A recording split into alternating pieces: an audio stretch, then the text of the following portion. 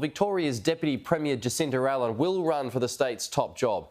The senior Labor sources tell Sky News the race to replace Daniel Andrews is down to two key contenders.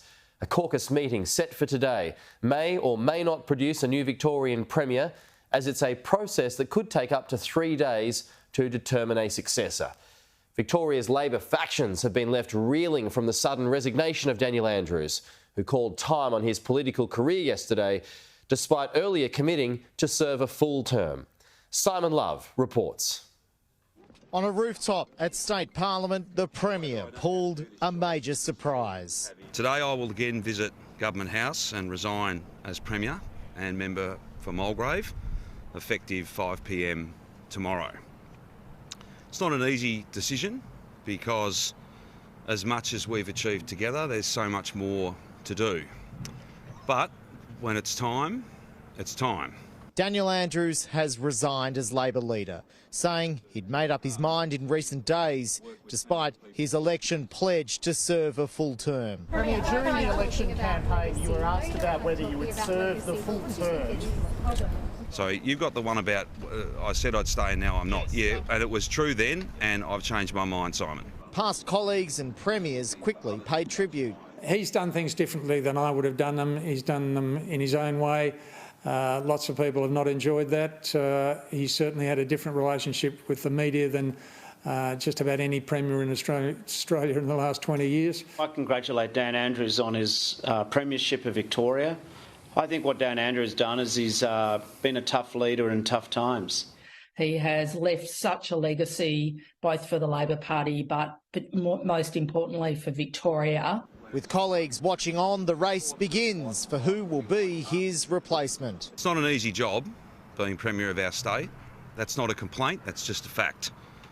It requires 100% from you and your family. To a certain extent, every waking moment is about the work, and that takes a toll. A toll which will end when he casts his ballot for the next Premier, announcing a caucus meeting for midday Wednesday. Contenders for a replacement began to emerge within hours. Andrews' deputy Jacinta Allan witnessed her boss resign, then took to social media to say, "I will be putting myself forward to lead our party and continue the extraordinary work of our Labor government." Senior ministers began ringing colleagues.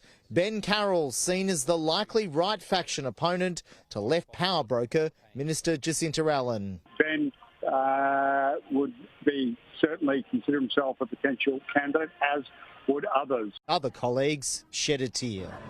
Well, I have a sook, so... Oh, no, look, he's just been awesome. He's just been a great boss, great leader of our state.